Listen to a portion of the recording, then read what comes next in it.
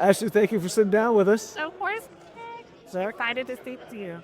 All right, well, do it. Let's just get started. Okay. Start off telling us a little bit about who you are, Yes, how you got into guns, of and then how did you go from being into guns to actually getting into the industry, and tell folks what you do. Okay, I am Ashley Noel Pruitt with Range Baby LLC out in Las Vegas. I'm a firearms trainer, and I have a trauma-informed approach to firearms safety that I teach women who've gone through some things.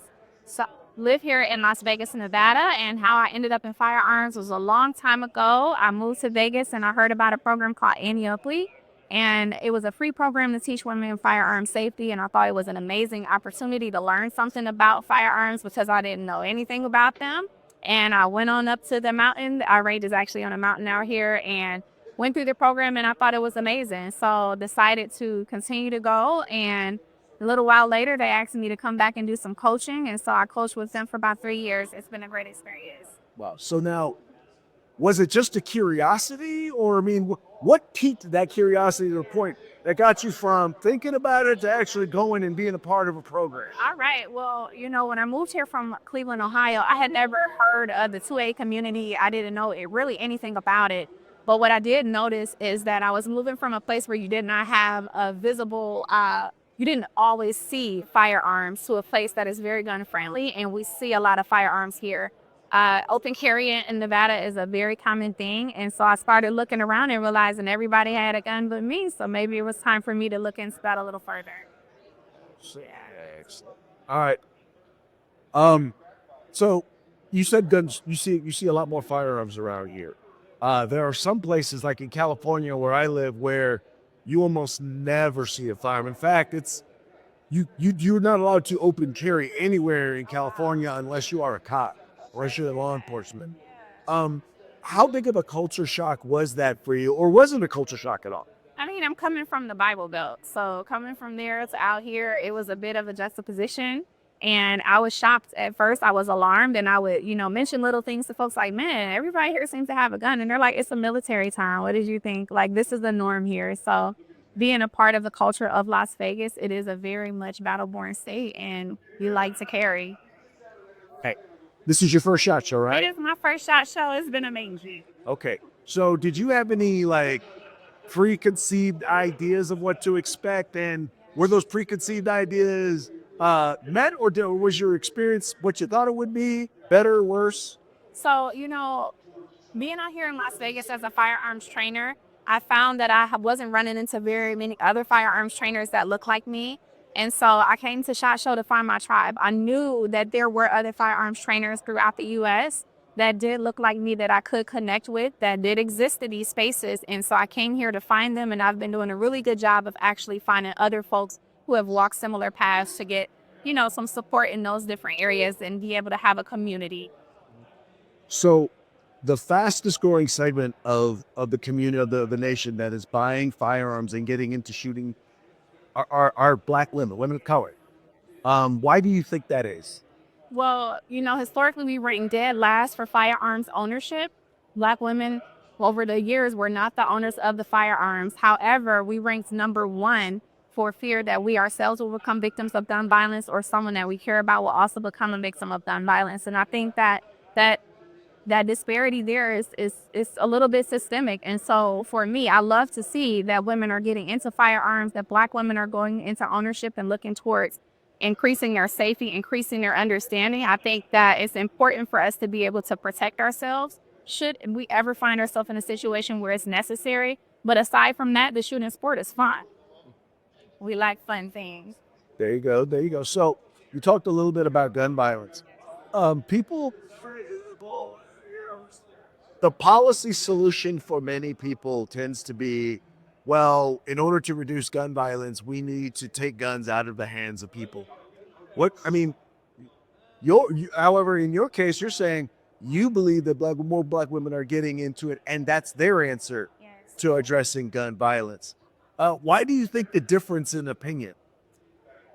Well, I can completely understand the policy perspective that we need more regulations in order to be able to stop gun violence. also can understand the real world perspective that it does take an armed person to end the armed crisis.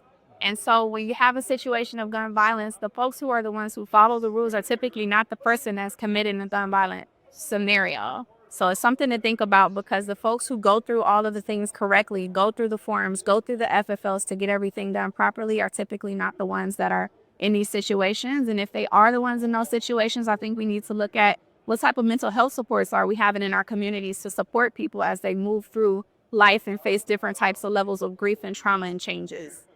So what you're talking about is root causes, not blaming the tool, but because the gun is just a tool that sadly that some people sadly use in order to victimize others, or to victimize, to take their own life or victimize themselves.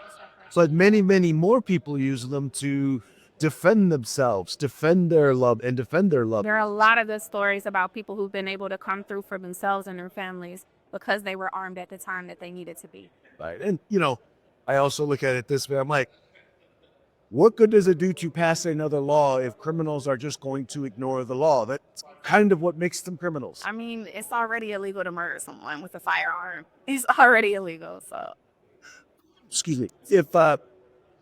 If you were to meet somebody yes. and they were saying, look, I'm considering buying my first firearm, or considering getting into it, what advice would you give them? Go shoot. Go shoot. Go to a gun range. Try a firearm. They have amazing staff at our ranges now that can assist you when you go to range. You don't have to have all the answers up front. You can go in brand new and they can help you develop a skill, open your eyes to different firearms. So go and shoot them and see for yourself. You can attend different programs. They have programs all over the nation, safety programs to keep people informed on firearm safety. And I think at the bare minimum, everyone should have experienced a gun safety class. Even if you never want to be an owner, it's imperative that you understand the rules of gun safety. I think that is an excellent point. I think we either, in our culture, we either glorify guns or we promote fear of firearms. Very much so. What we don't do is teach a healthy respect for the lethality of a firearm. It's a tool. And just like with any tool, you need to understand it. Yes. You need to understand the consequences of improper use. Yes. And understand, how to use it in a way where it can be a blessing and not a curse. Yes. I think all communities should have a coming of age where they take hopes and they take their children to go to the gun range to learn how to shoot, to learn the basics of gun safety. We have all of these issues that are arising, from family fire to friendly fire, all issues that could have been resolved, that could have been mitigated had we taught firearm safety to begin with. Most experiences that folks have in communities, inner city communities, or just metropolitan areas in general, they have similar experiences. The first time I ever saw a gun was not on a gun range. It was at high school. The first time I saw someone ever be any type of gun violence was first day of high school. So these are things that we need to look at and say, are we doing the right things to prepare our youth for life outside of our homes? Are we doing the right things to prepare our families for life outside of our homes? Are we doing the right things for ourselves? That is some wisdom right there. I got you. How do folks find out more about your training and the work that you're doing in the gun rights community? TheRangeBaby.com. I'm also on Instagram. You have to type the whole thing in. It's TheRangeBaby. And you'll be hearing about me real soon. I'm in my last year of my doctorate on public policy. So you'll be hearing about me real soon. I'll keep you guys posted. Thank you so much for sitting down with us. Thank you.